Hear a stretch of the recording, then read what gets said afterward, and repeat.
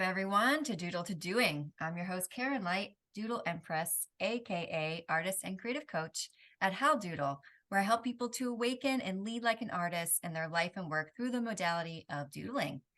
On this Doodlecast, I invite thought-provoking guests to chat and doodle with me. I encourage you right now to go grab something to doodle on and grab something to doodle with to awaken your inner artist. This creative process can reveal your own insights, ideas, and inspired action. Menopause. Women may look forward to the time when they no longer have their periods, but they may also dread it. It's known for things like hot flashes, mood swings, lack of libido, and is a milestone into that last phase of life.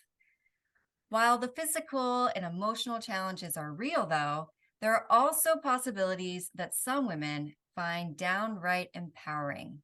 My guest, artist Morgan O'Donnell, hi Morgan, and I are going to dive into the full spectrum of the menopausal experience today and highlight why it's so important that we talk about this somewhat hushed topic in the workplace. So good to be here with you, Morgan. How are you? Good. Thank you, Karen. I appreciate your time. Yeah. No, I appreciate yours. I'm really looking forward to our conversation. And before we jump into it, I just want to introduce you all to Morgan a little bit further. Morgan is primarily a self-taught artist and maker based in the greater Albuquerque area. She takes great photos of this too. If you want to follow her on LinkedIn, I recommend it. Beautiful photos of her surroundings. After many years of creative writing, she found her words frozen when her mother passed during the pandemic. Art became her way of processing as she experimented with metal embossing, found object sculpture, paper mache, and more. In 2022, she received a City of Albuquerque UETF Resiliency Residency for her proposal, the Menopause Art Project. Morgan is also a member of the National Organization for Arts in Health. So yeah, we're going to dive into this, and I'm excited because not only is this topic so juicy and needed, but also I love that you're an artist using art to talk about it. That's my jam, and I'm excited. Yes. Yes, me too. Yay. Okay, so let's jump in as I always do with a little bit of intention setting. Morgan, I'm going to put you on the spot for a second. Okay. So All right. have a look at the spirit of a doodle and let me know which phrase is jumping out to you that you think would be really helpful for our conversation today. I like the phrase, let's see what happens. Let's see what happens. And why does that jump out to you? Because I think that, coming into things with preconceptions can, block possible solutions, because that's some of what we're going to be talking here. And we want to keep people's minds open to the possibilities of different solutions. Yes, I love that. It's kind of like what I said in the intro, right? Like we have this idea of menopause, but what if it's a lot more? What if it's different? Or what kind of interesting journey might it take us on? So let's get warmed up with a doodle, thinking about that intention today. And the shape I'm going to invite everybody to play with is a triangle. And I chose a triangle because it makes me think of the triangle of the maiden, mother, and crone. And I know you'll appreciate that. Wonderful. Yes.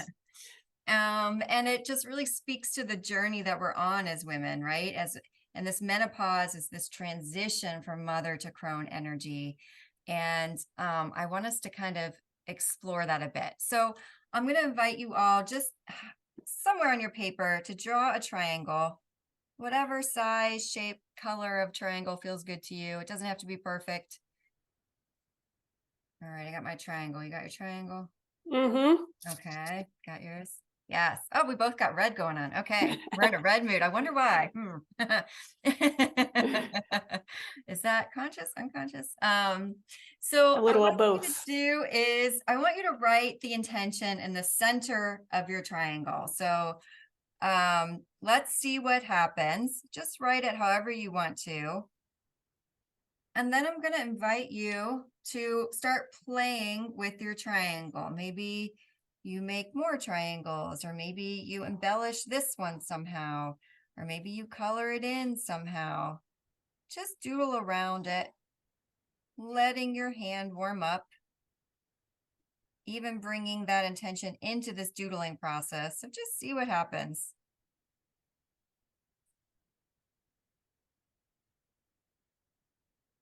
And just another minute playing with that, feeling yourself loosen up, letting the doodle take you where it wants to go, not worrying about where it's going. Doesn't have to look good. There's no wrong. We're just seeing what happens. Practicing not only warming up the doodle in that way, but priming our mind and our hearts and our bodies. So let's see what happens through this conversation and our doodles together. So, and let's see what our triangle doodles look like. Our warm-ups. Here's what mine looks like. Yes.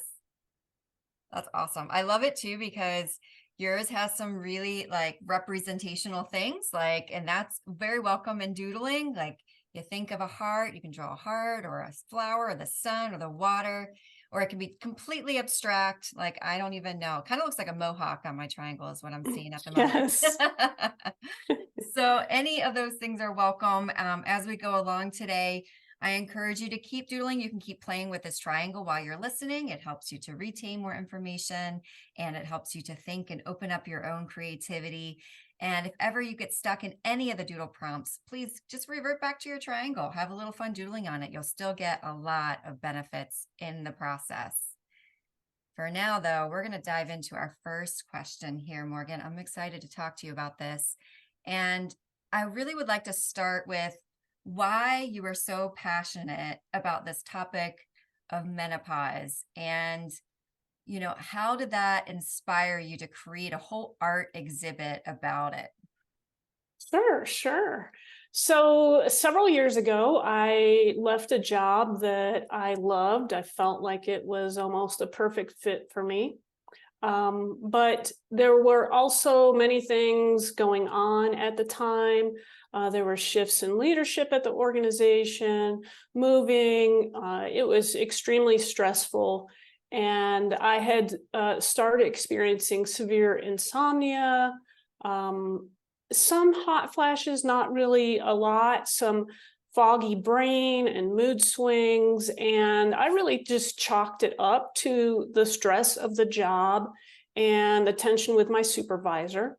But I had gone to a couple doctors, because especially the insomnia and the brain fog were really troubling me. And I was like, what's going on? And the first two doctors that I saw, neither of them, and both were women doctors, neither of them mentioned perimenopause or anything. They chalked it up to the stress of the job. And I had one that had even prescribed anti-anxiety medication, which only made things worse for me. And so it wasn't until a couple years later, after I had already officially stopped having periods, that my VA doctor actually helped me recognize what was going on, and that I had probably been experiencing perimenopause, that those are all the stereotypical symptoms of perimenopause. So she had started me on hormone replacement therapy, which just really helped tremendously. And I also did a 6-week online educational program about menopause. And at the end of the program, the women that participated, we decided to stay together as a support group. And in fact, we're still together today, and we'll reach out to each other if we have any challenges or things that we're experiencing. So the education, the support group, working with my doctor, and having time to reflect made me realize just how little menopause was being talked about, and how unprepared I was. So it's not like, typically when we've gone through school and they talk about adolescence and puberty and the changes that you might experience there. Maybe you don't go into a lot of depth, but there's stuff out there about it and you're kind of familiar. And I just felt like I was completely caught off guard, and I didn't want other women to be caught off guard like that. Mm. And I also really hated seeing the potential impact that menopause could have on both individuals, on women's leadership, on individual women's career trajectories, and then the loss of knowledge and leadership potential to organizations. And so I, been thinking about how can we raise awareness, what can be done. And at this time, there really wasn't a whole lot out there.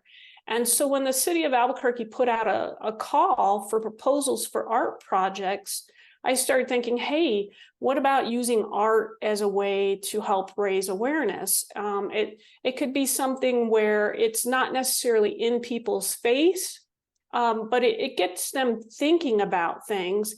And at the same time, this art project could allow women to share their menopause experiences through their creative expression. Yeah. Oh, so many things you said in there are really hitting me. I'm thinking even about going back to the triangle that we just did. It's like, the crone, the leadership wisdom you said, like that will be lost, right, by these women who leave. And that's that crone wisdom. It comes with the age and the experience and all of that wisdom brought into that space. And what happens if it's just gone? Like we miss that, we feel that. And yet you doing this project is what I see is you stepping into that of being like, oh, I'm going to share this wisdom about menopause. So all these folks, can learn from somebody with that wisdom and that experience. So that's really beautiful. Well, I appreciate that take. Yeah, I think well, we tend to, and I think, as we talk more about menopause today, one of the pieces that we don't like about it is that it's signifying this later phase in life. And we live in a society that's just so terrified of aging, and the way that we're starting to talk about it today, and that some people talk about it, is much more it's much more empowering and meaningful, right? Like to be like, no, this is your crone phase. This is the phase of, you get to pass things along. And if you step into that, you're going to enjoy. Not without its hardships, blah, blah, blah. It's not all rainbows and butterflies. Right. But like there's so much there for you, I guess, is what I'm trying to say in that space. So yeah. And then the art piece, just being able to not only share the artwork, have people see that expression and the different experiences, but those women who made it, how that impacts the maker in the process. That's one of yours, right, behind you for the Yes, yes, it is. It's called Identities.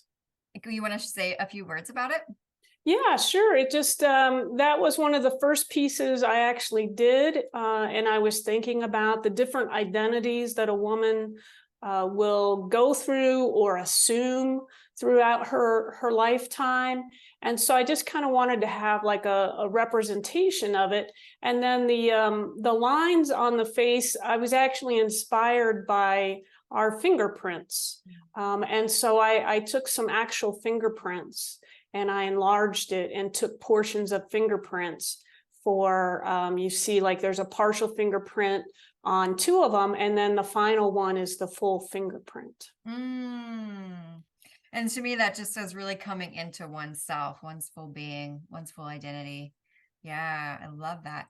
There's I'll be putting the link for you guys so that you can check it out for yourself. But I did want to show a little bit of the website that some of the art. So this is the piece that you were speaking to. But there's some other ones on here. Whoops, sorry. Just flipping around on me. There it is. There's yours a little bit closer up that you were just speaking to. Mm-hmm. And oh, that's so cool to know that those are fingerprints. I love that.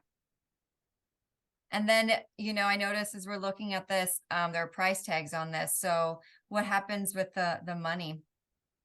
It goes to the artist, but it is sold through the National Minority Health Alliance, which was our partner in putting this exhibit together. And so that helps bring awareness to their organization and their website as well. So you would actually have to go through the National Minority Health Alliance to purchase any of those pieces. Multiple layers of awareness going on. Yes. It's really beautiful. Okay, so let's take a second for a doodle prompt here. I just want everybody to think for a second about why it is that you wanted to listen to this today, why it is you wanted to doodle with us. And just for a minute, sort of capture that in doodle form. What comes up for you when you think about why this is an important thing for you to listen and participate in today?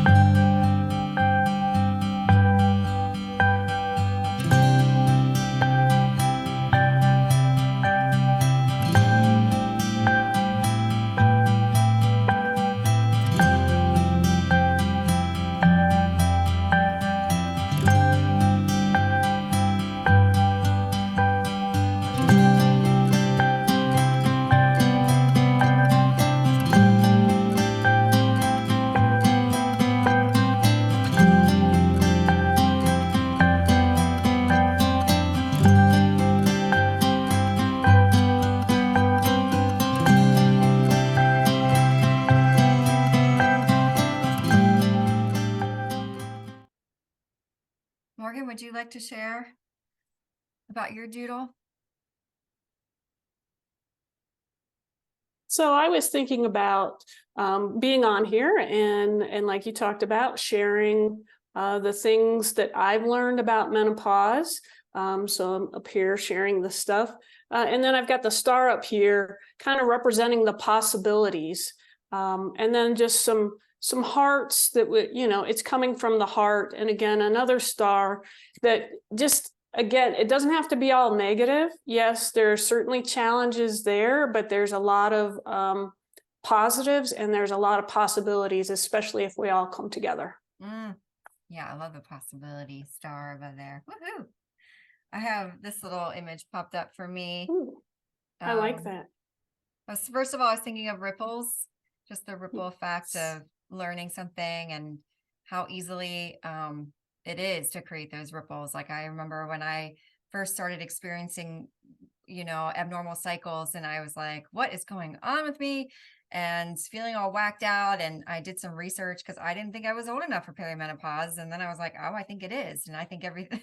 And then I've probably told 20 people since, like, you're not too young. It could be this, just so you know, and that, because for me, it put me at ease, right? It made me be like, oh, this is a thing, even though it's not fun, I at least know what's happening.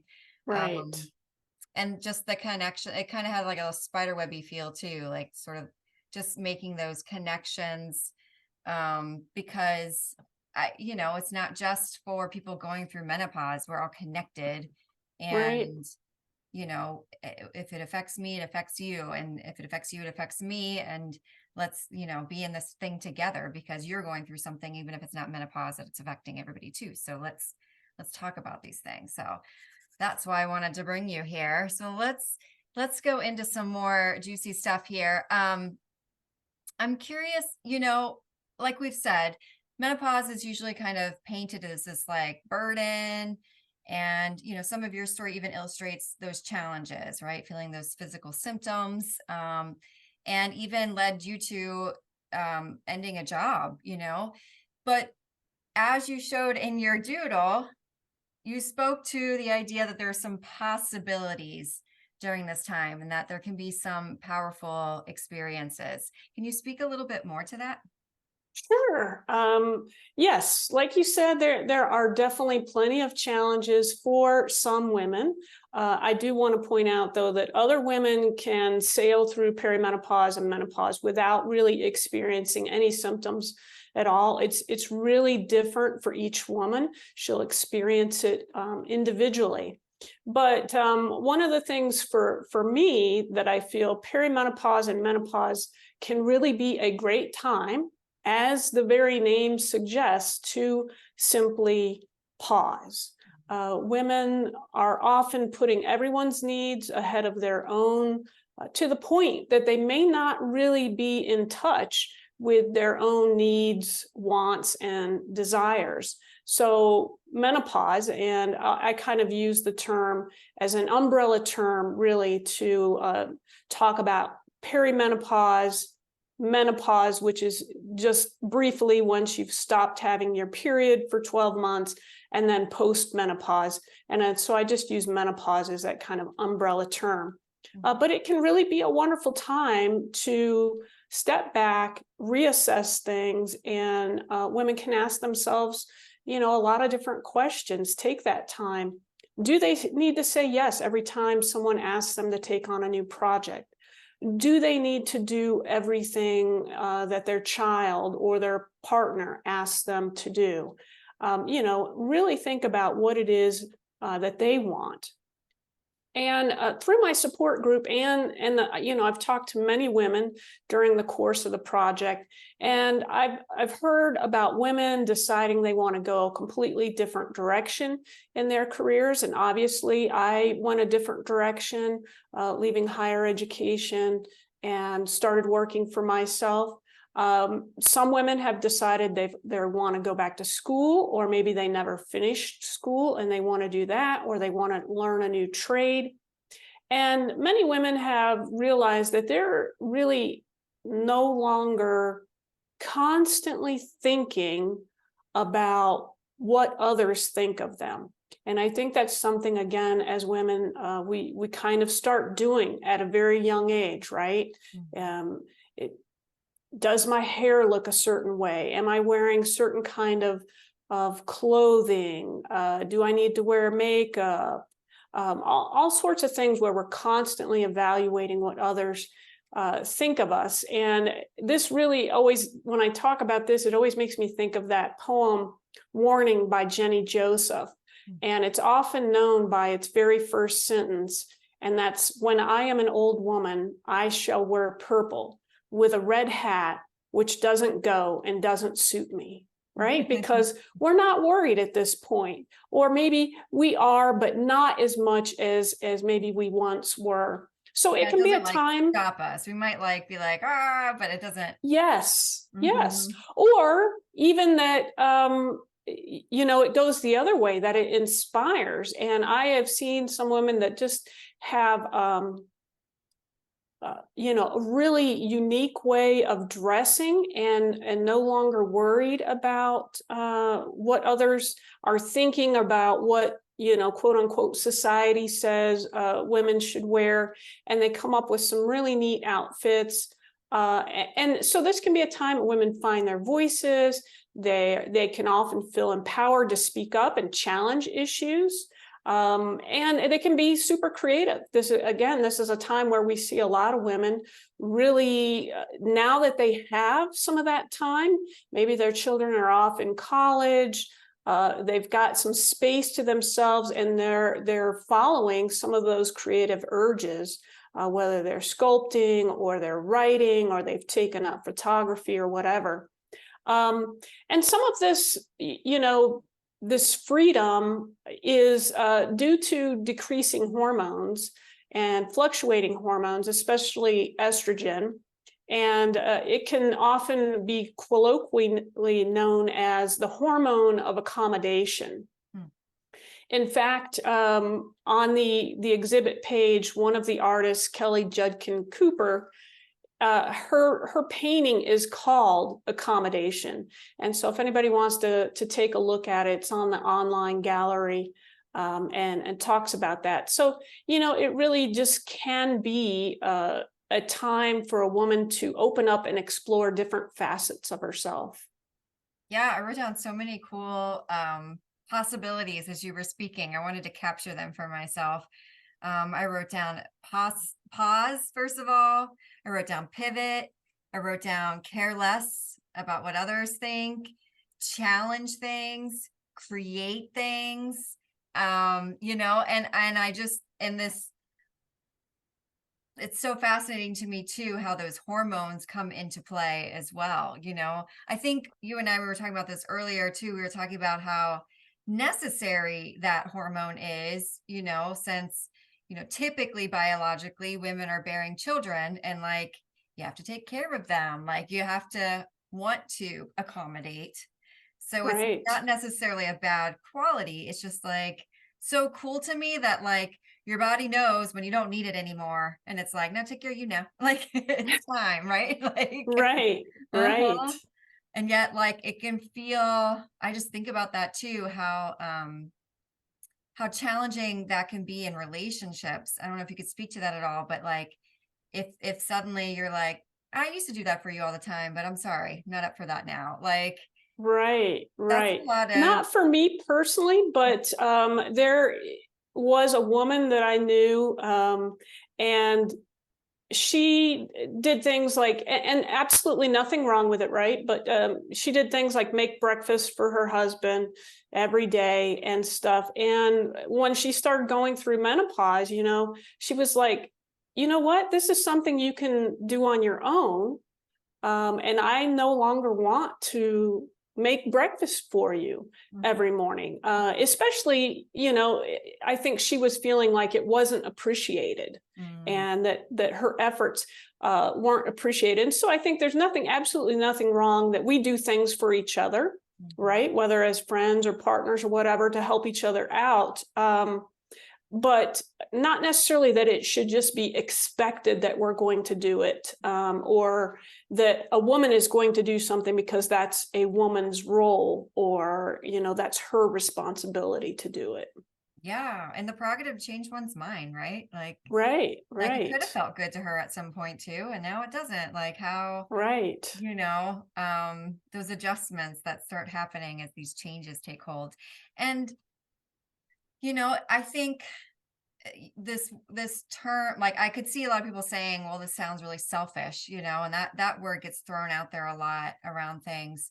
Um, But to me, there's something very empowering about being full of oneself, right? Like being full of oneself, Mm-hmm. because I think when you're in that space, you actually can embody that crone energy and be able to give what you're meant to give. It's not that you stop giving, it's that you're Right, a little bit more discerning and clear about what it is you want to give and can do it well, like as opposed to like right. being scattered And doing everything. and doing everything and feeling Yes. tired and underappreciated and resentful and all those sorts of things that can come up. So possibility is in the mix here. And for this next doodle, think about which possibility excites you. And let's do a doodle around the possibility that one of those possibilities that Morgan was talking about. Just to repeat myself, there was pausing. You could pivot, change your direction in life. You could challenge some things easier. You could care less about what others think. You could be more creative with all that new energy that you have. What possibilities jumping out to you? And let's doodle about it for a minute.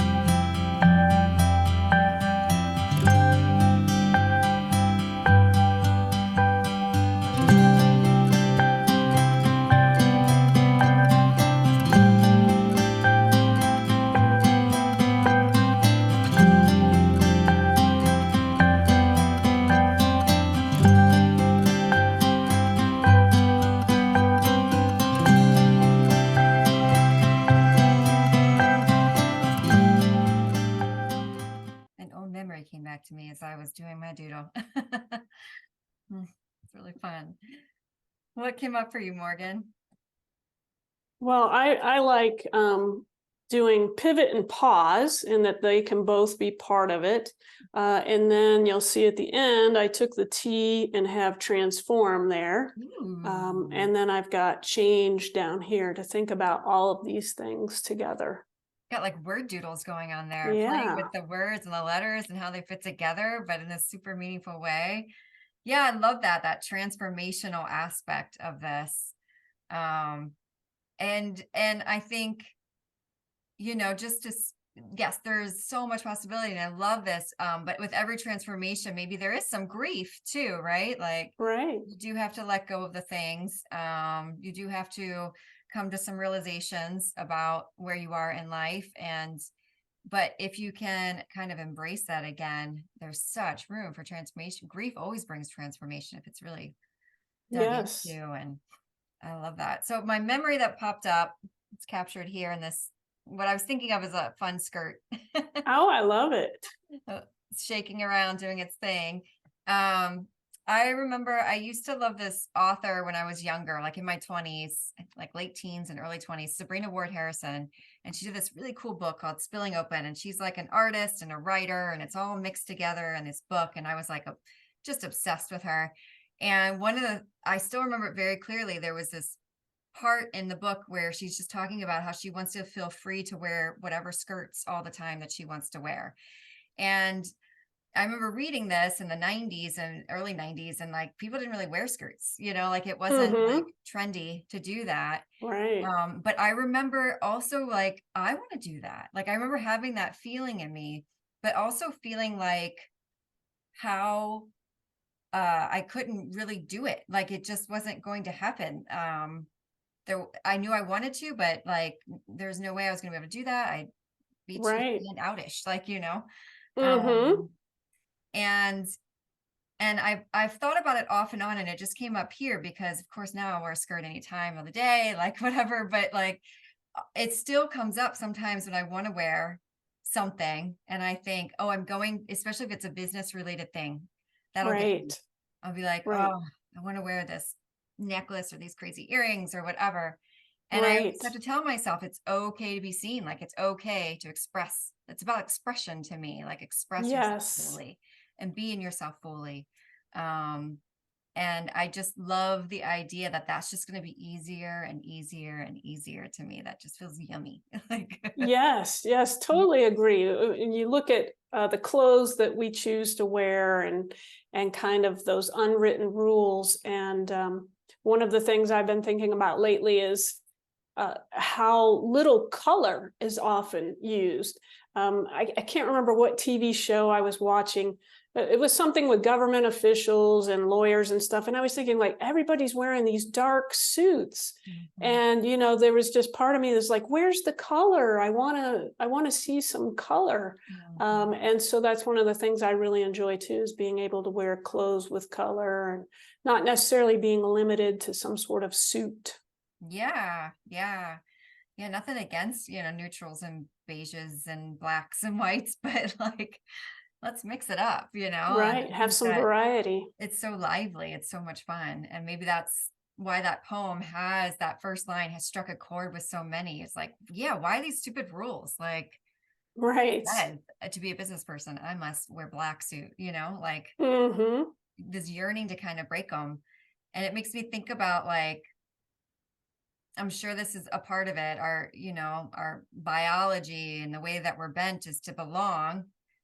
Right. And we have to when we're younger, and if we want to procreate, and if we want to like feel safe and like all those things, we have Right. to belong to something. And then when we're older, we're like, doesn't matter so much anymore. Like, Mhm. I mean, we want Mhm. it. I don't think it ever goes away, but it's also okay Right, right. if it's not exactly what it once, meant to us. So mm, good stuff. Good conversation. So many people watching this Doodlecast are interested in continuing to develop as a leader in some capacity, whether that's an official title or just grow in their leadership abilities. Um, and I'm curious about how you see, especially people who want to be leaders in the workplace, how you think they could help women experiencing menopause. Like, how can we bring this conversation into a helpful place in the workplace? Sure, great question. Um, so, there aren't, like I mentioned before, there aren't a whole lot, or there weren't a whole lot of resources when I was first going through this. And I actually learned a lot by following different colleagues and companies in the United Kingdom and reading their research.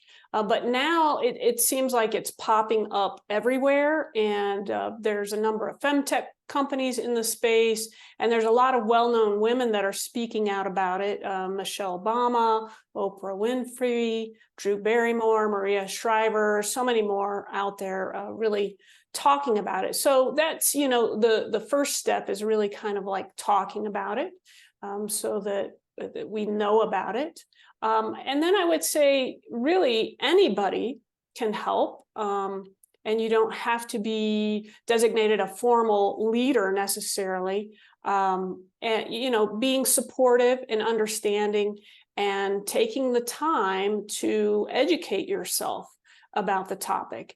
I mean, after all, since half the population is going to experience it at some point, right? If we're fortunate enough to live long enough, it's going to impact everyone, whether you're a male coworker, you're a husband, a team lead, a dad.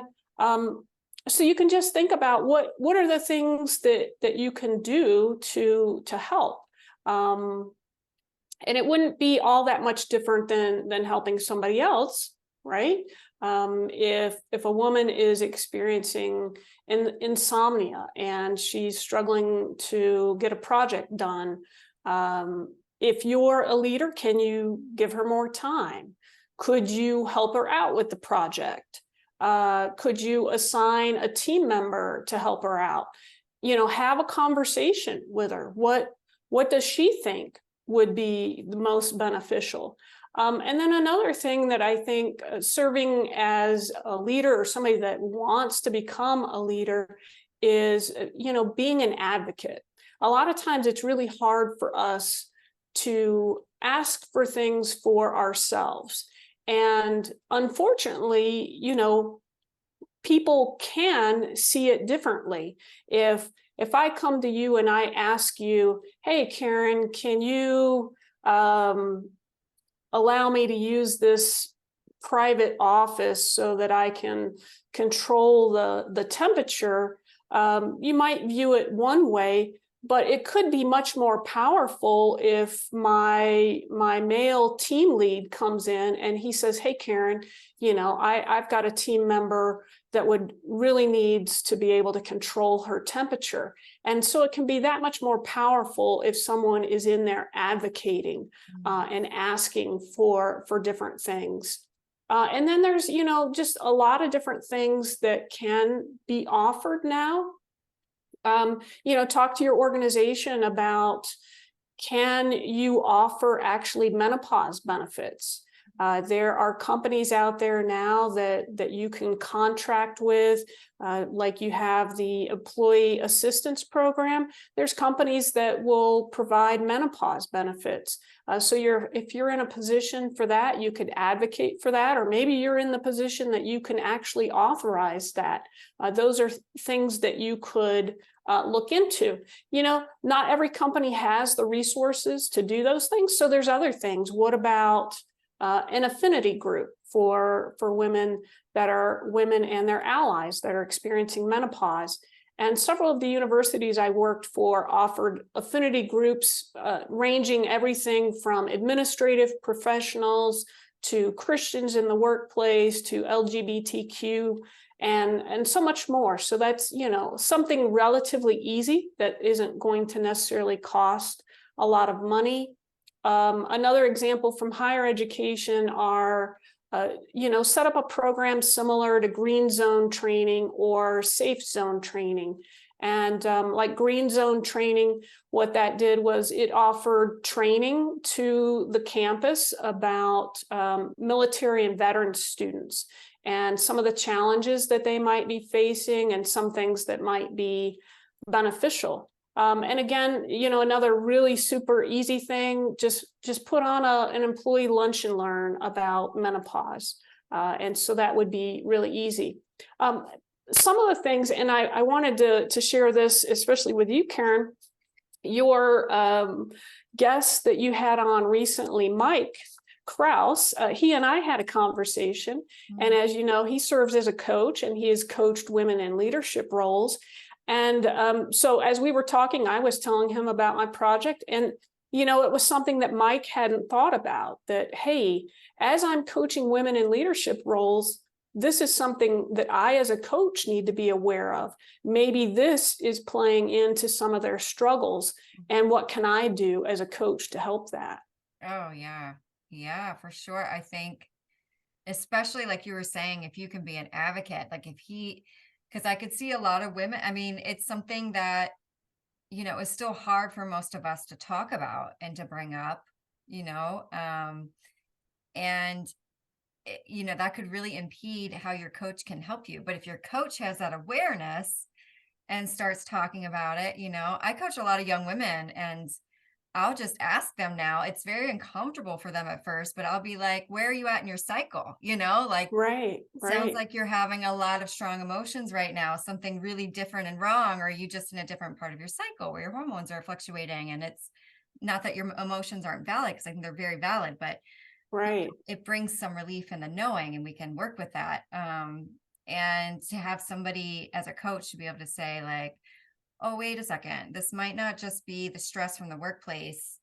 Are you experiencing perimenopause? Are you experiencing menopause? Like, what? Like, Right, oh, yes, actually I am. Like, thanks for saying that. They might not even make that connection like you right. did. I'm thinking about this. There's so many. I love how you gave this variety of ways to help.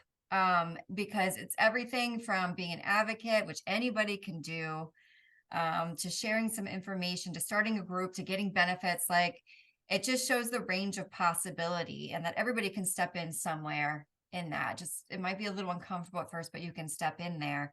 So I want to do a doodle around that, just to capture for you, how you might help, how you might help uh, those women who are going through perimenopause, menopause, postmenopause in the workplace. What comes up for you as a way that seems maybe a little uncomfortable, or a little risky, or a little brave, but doable?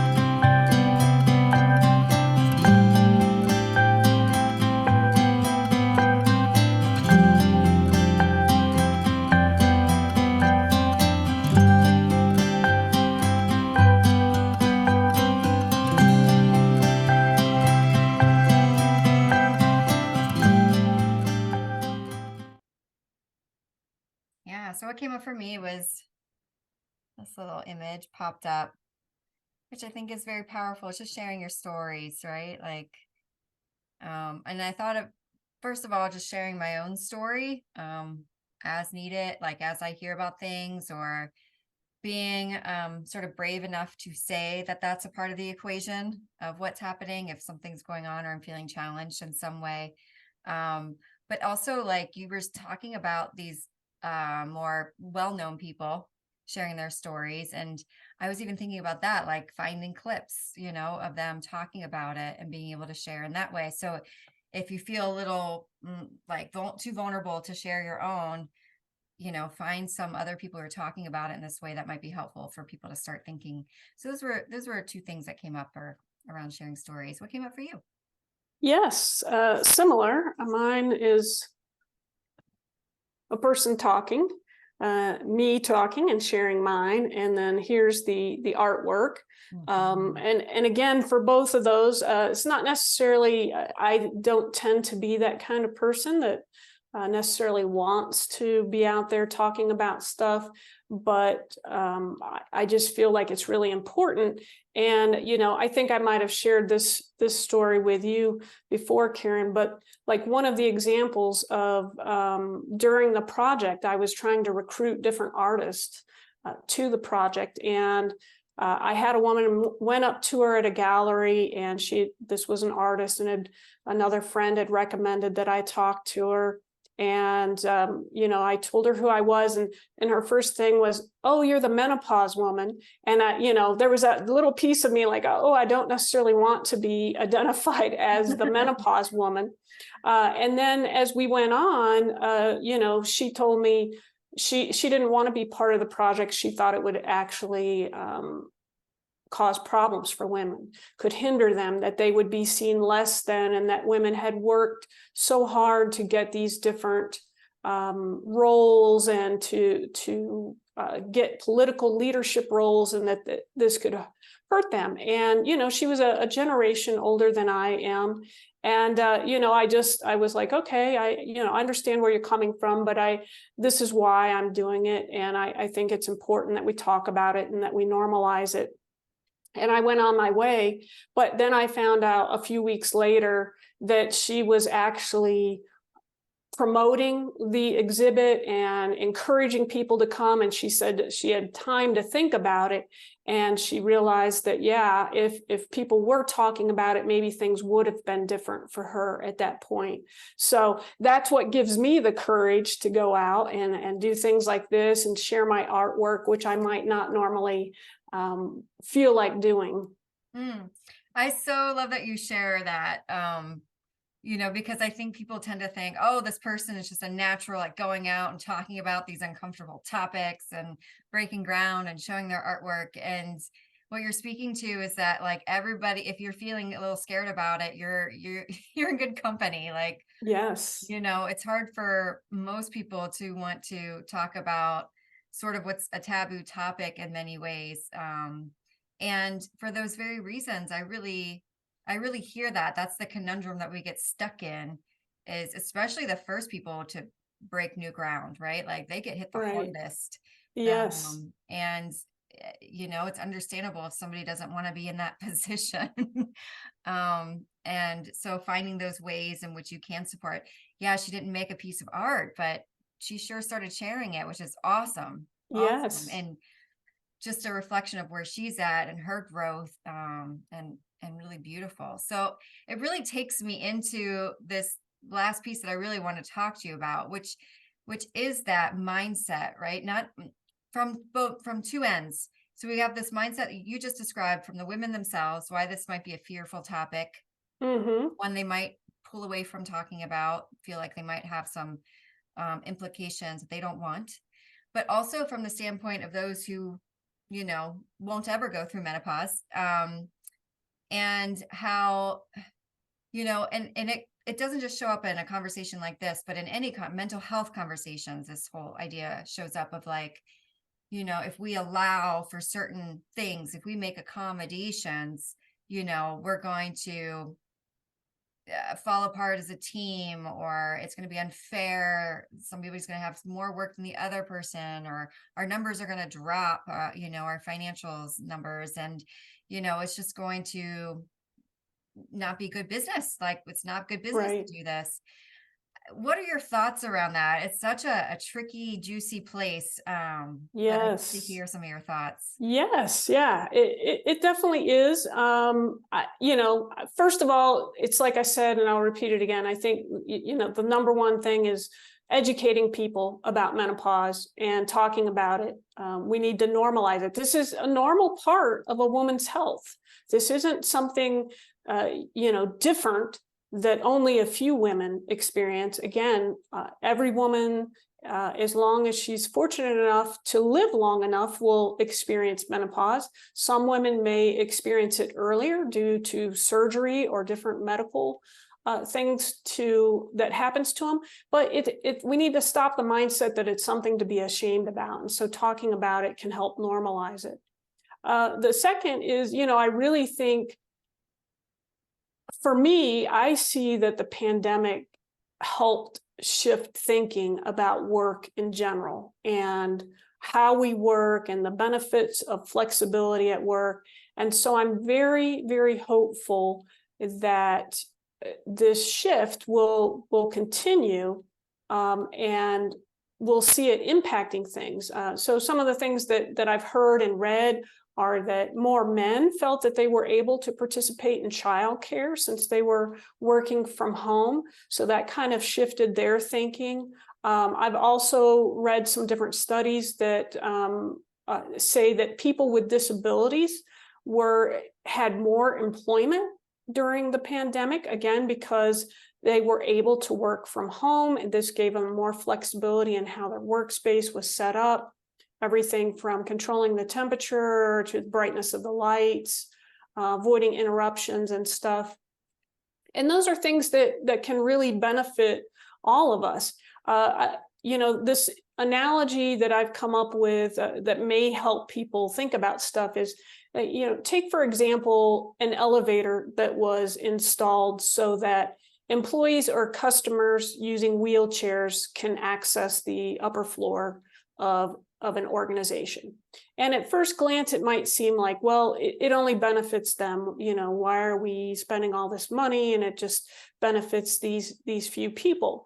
But then, what happens if you break your foot or you strain your ankle, right? So normally you wouldn't necessarily need that elevator, but if you broke your foot or you strained your ankle, it could sure come in handy. But it doesn't even have to be something as physically noticeable as a broken foot or something like that. Let's say you're recovering from a bad case of flu or upper respiratory infection. Going up the stairs could be very difficult as you're recovering and you're trying to breathe.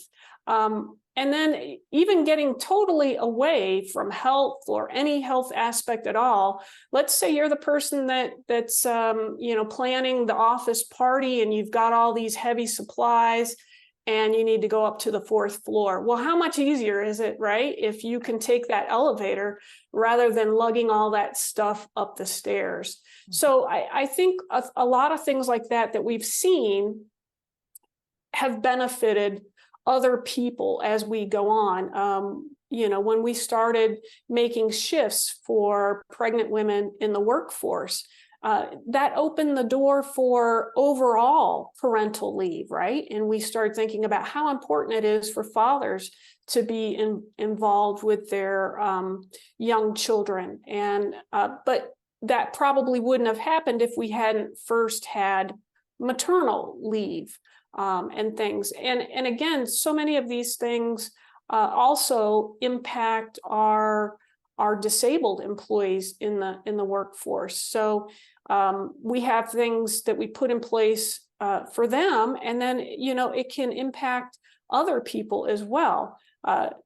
Somebody that just simply identifies as an introvert, not necessarily that they have a disability, but somebody that identifies as an introvert may benefit from having their own office where they're not being interrupted constantly, instead of being in that open office floor plan where there's constant noise and distractions going on. So we start seeing how these things really can benefit everybody. And again, different companies have different resources, so they can start small where they're at and build on that. This fires me up talking about it in this way, because this is the human thinking that is so important that we need to take into our workspaces, right? Everybody is a part of that whole, like we were talking about, and to have one person not able to access what they need to access or to feel well and participate in the way they need to participate, it hurts everybody. And I'm just thinking whether or not we're talking about it, that person is going to have those symptoms and be affected. So maybe you're not talking about it, so they're just at home calling in sick.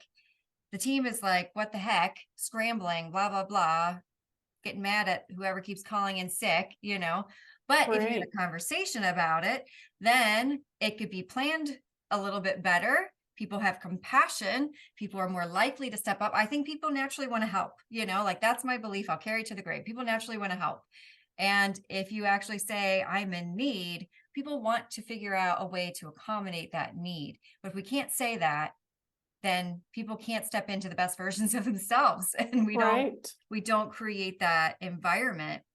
And even just, it's a little bit indirect, but like, I love that elevator metaphor. It's perfect. And I'm just thinking like, the day that elevator got installed and that person in the wheelchair could go up to the 6th floor and they just had that amazing conversation. And that's what, blew the financial figures through the roof that quarter. Like you just don't know what you're missing when you're not inclusive, when you don't create space for everybody to be at the table. You're missing diversity of thought, you're missing diversity of experience, you're missing diversity of ideas, you're missing diversity of challenges and Right. feedback that is necessary for you to create what you're trying to create or produce what you're trying to produce. So it's just so good. It's so good when we think about it in that way, when we have that big picture view of no, like if we make accommodations in this way and really allow women to be at the table at this point in their lives, like going back to that crone, that wisdom, that experience, that institutional knowledge, wow. We want that. We need that. We Yes. need that. Yes, definitely. And everybody needs nurturing. I don't care if you're at work. Yes. If Well, we I can think, yeah. there's been several studies out that show companies thrive, productivity is up when employees can bring their whole selves to work, and that, we have these different things in place. Mm-hmm. Mm-hmm. Absolutely. And if they can do that, then so can everybody else, because that is now the culture of the workspace. Yeah. Let's take this into our longer doodle today. So I'm going to invite you all just to release everything from your hands and close your eyes. Get comfortable in your seat for a minute and take some nice, lovely, deep breaths in. And slowly release, just letting everything relax in your body. Feeling your head relax, your forehead, your face, your jaw, your neck. Feel your shoulders and your stomach relax as you settle into your seat. And I just want you to start to imagine, what would it look like to be in a workplace where talking about menopause is normalized? Where women can say, I need help because I've had 3 nights of not being able to sleep. Or I'm feeling a lot right now, so I need a break.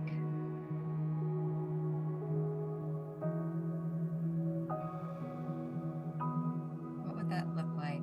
And if you're a woman, imagine how that could benefit you. What does that look like as a woman?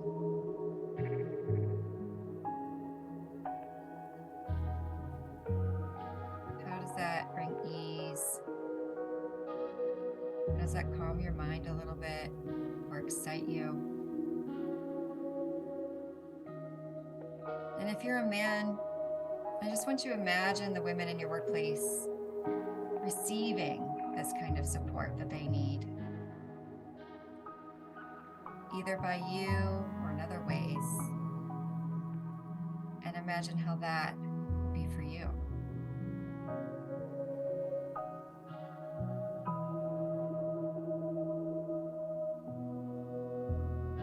And now start seeing the impact on the whole. What's the impact on the whole? Far bigger than menopause or one person's challenges. And that wholeness, that impact on the whole is what I want you to start to doodle about. If you see something very concrete, you can doodle about that. If it's more of an abstract feeling, you can just express it through your lines or your colors. But for the next 5 minutes, just thinking about the whole, the benefit to the whole, go ahead and doodle.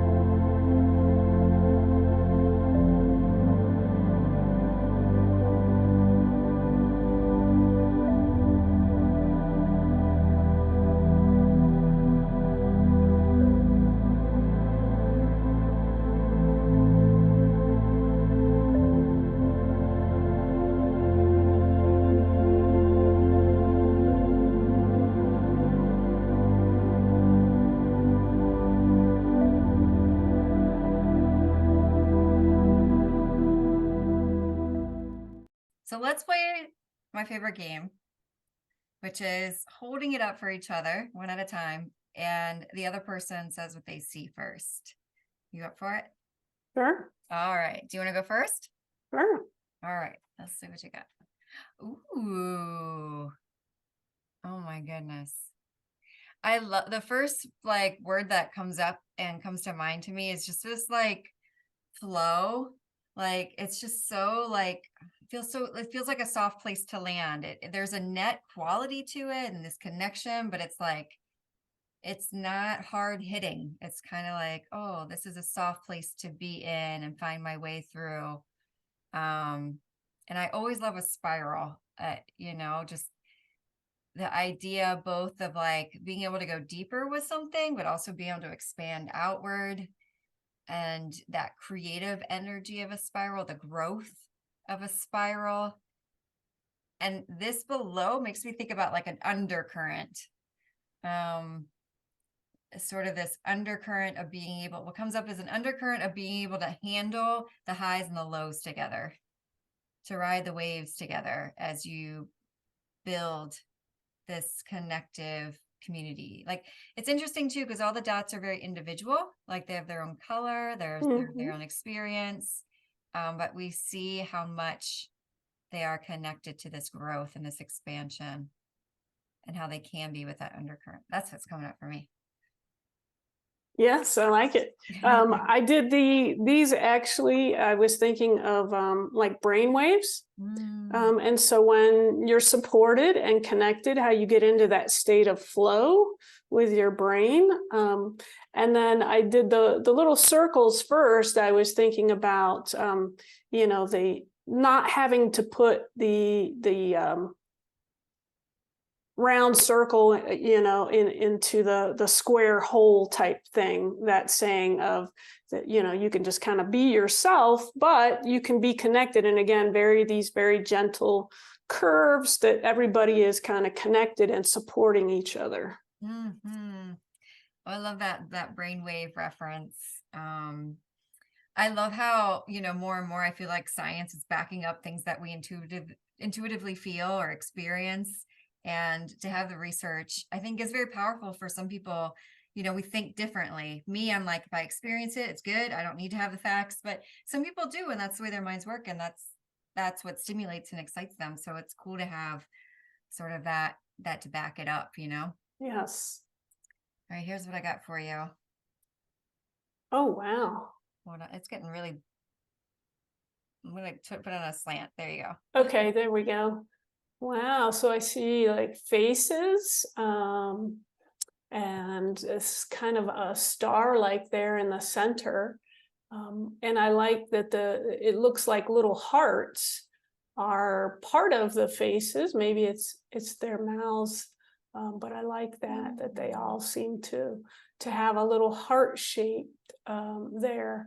And it looks like kind of like sharing their energy, like everybody all sharing their energy, sending it all channeling that towards the center, but then it comes back out, flows back out to them and flows out, especially with your green arrow like things. It looks like it's flowing out into the world after everybody's shared it together. Then something larger comes out into the world. Yeah, I was really thinking about how dynamic it is, when everybody can be included. And I really like how you saw the hearts being like where their mouths are, like how it makes me think about if we can speak with love or share with love or express with love. It doesn't have to be, I know people can cringe about that in the workplace. It doesn't have to be in this like, woo little place. Right. But like kindness is love, Right. Coming from a place of kindness, empathy. Empathy, compassion. I Yes. see you. And that, which is funny. That's what I chose to emphasize on the face or the eyes. And I'm thinking out loud now, but it's like, oh yeah. Like, do we have to see each other fully and to be able to be seen? It's kind of interesting then to be able to give from that place or receive, or receive too. Right. And yeah, I definitely, like, I think again, going back to the ripples I did at the beginning, like, if you can have an impact on that, just think about like what people are taking home with them, what people take with them to their next job when they go to a different workplace, oh, the new people coming in, how that influences them. Like, it just becomes bigger when we can have this sort of environment, this kind of culture that we're speaking about. So in looking at your doodle, everyone, I'm going to encourage you to come up with one little inspired action for yourself. This conversation, if nothing else, Morgan and I would just love if more people were talking about it. So even if it's talking to your sister about it, even if it's reaching out to your best friend who told you, they were having irregular cycles, if it's, somebody is having a hot flash, saying, hey, let's go outside, I'll take a walk with you. Like, just what's an inspired action that you can take, big or small? We're not judging. You don't have to change the whole institution yourself.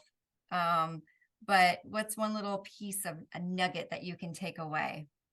And I do want to invite you, Morgan and I are going to create a space for people to show up with us and be able to process some of your own experiences and share about that in a safe community of people through this magical modality of doodling next month on October 19th at 1 p.m. Eastern.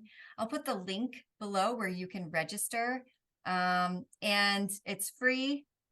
And we want to just come together to share, to learn from each other, to even normalize it with each other, first and foremost, right? If we can talk about it with each other, this is the first step.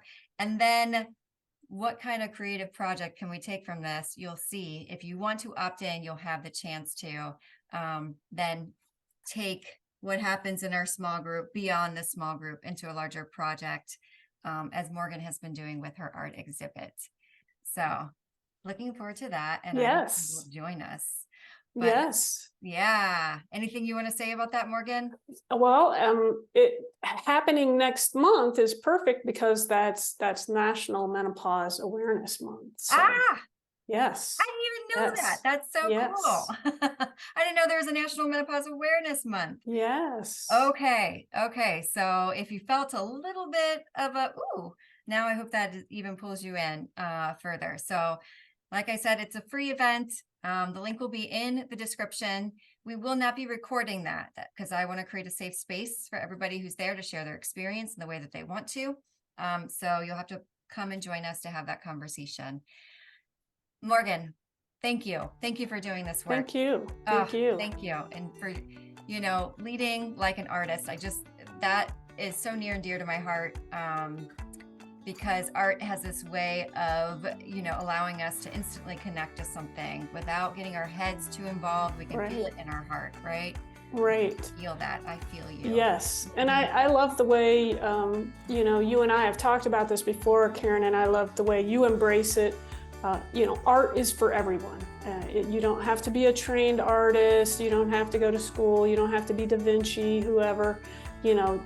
Anybody can be an artist, and art is for everyone. Absolutely. It is for everyone. It is a birthright form of expression, just like dance and singing and all the other things.